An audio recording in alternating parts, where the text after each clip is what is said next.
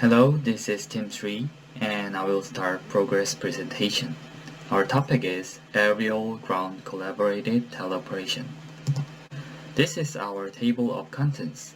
First, I will talk about proposed topic of ours. Next, I will show you the result until now. Next, I will introduce encountered problems and possible solutions for that. Finally, I will introduce future works for final presentation. Let me start with topic review and motivation of our research. As you might know, various disasters are taking place. And to deal with this disaster environments that is dangerous and hazardous to people, many kinds of disaster robots have been developed nowadays. In this complex disaster-like environments, controlling robot autonomously would be too unreliable. Therefore, in order to make accurate decisions and use human intuition for such missions, these robots are basically controlled by teleoperation. The main mission of disaster robots is to search survivals and rescue them.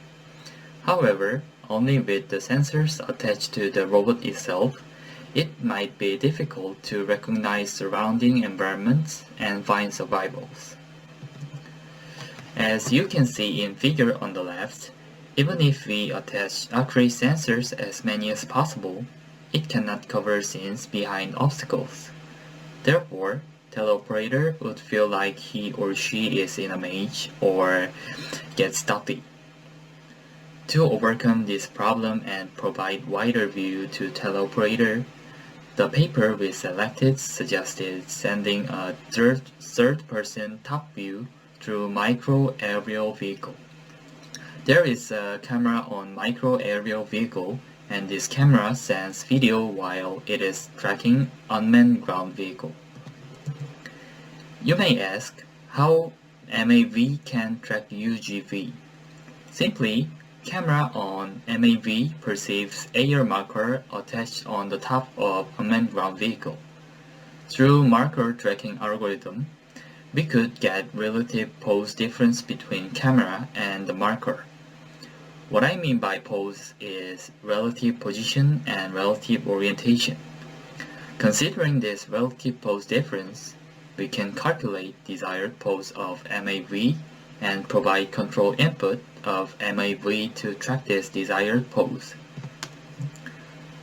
To generate precise and reliable trajectory, the paper adopted nonlinear model predictive control. Since drone model itself is composed of nonlinear terms, we used a nonlinear model. And the main optimization problem includes penalty parameters for position error, velocity error, and attitude, state, and control input. Note that this model predictive controller is used as high-level controller to generate proper trajectory, while there is onboard low-level position controller on MAV. By integrating control output of visual servoing with MAV controller, MAV can successfully track UGV. From now on, I will show you what we have done until now. As we said before, we are going to utilize physical simulator Gazebo on Ubuntu ROS environment. We selected mobile robot Husky as UGV and Firefly as MAV. Moreover, we attached AR marker on the top of UGV as you can see in this red circle.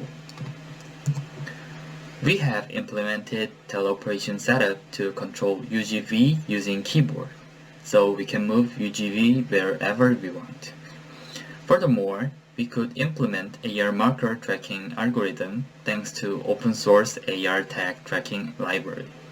So this algorithm recognizes AR marker, as you can see in figure on the left, and calculates pose difference between camera and AR marker.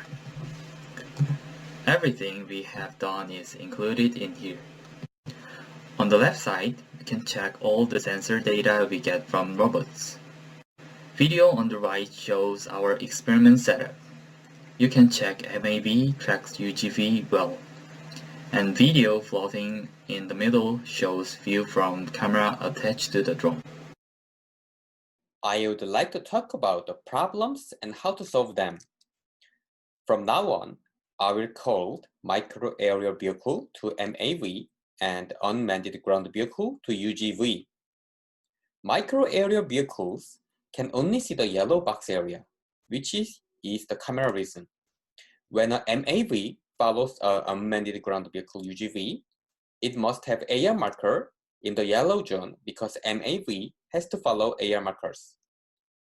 When UGV moves out the yellow zone with higher acceleration, the MAV couldn't see the marker and didn't follow the UGV. We think if the MAV reacts quickly to the movement of UGV, it will be solved. Therefore, we tuned the gain of the controller. By setting the penalty function more higher, the camera was able to quickly respond and follow AR marker. In SAR mission, MAV may have to fly higher due to the obstacles, for example. Depth camera can not only see the depth of the object, but also see the shape and color like an actual camera. So we equipped only depth cameras at an MAV.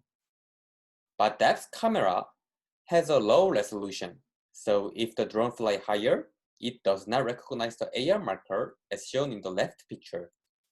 Therefore, an additional RGB camera was installed to reinforce the quality. As shown in the right picture, we can see that AR markers are clearly visible at high altitude with RGB camera. Finally, MAV are equipped with both depth cameras and RGB cameras. The last problem is that the coordinate axis of AR marker is oscillated when it is recognized. This creates a serious problem with MAV's movement. In this case, the center point of the AR marker is not moving, so it is not a problem to follow the UGV. But the rotation matrix between the two coordinate axes changes continuously because of the oscillation. It caused the MAV to diverge gradually. So we will apply the filter to capture this vibration. We will expect the not only MAV following the rotation of the UGV, but also follow the UGV's heading direction or heading vector. We will show you at the next presentation. As shown in video, MAV heading angle is not matched to UGV's heading angle. Using PD controller, we can compensate only distance between MAV and UGV. Future, we will compensate heading angle so drone can follow teleoperated UGV at proper viewpoint and solve ambiguity and improve transparency for the teleoperated system. Transparency is one of the most important key points for teleoperation system. High transparency between robot and teleoperator can derive better performance for conducting mission at search and rescue. After following works done, now we can get generated 3D reconstructed map using depth camera and LiDAR from each MAV and UGV. 3D reconstruction is conducted by LUAM, Laser Odometry and Mapping, which have state-of-art performance for scan matching and mapping surrounded environment based on LiDAR data. Also, using 3D point cloud map and RGB data from MAV, we can get a user-friendly 3D map. Using 3D reconstructed map, now we can generate multiple view from other viewpoint. This viewpoint generation can improve teleoperator's performance for controlling unmanned guided vehicle. As you know, people try to manipulate vehicle or robot to avoid surrounded obstacles by searching around robot. People try to change their viewpoint for manipulation.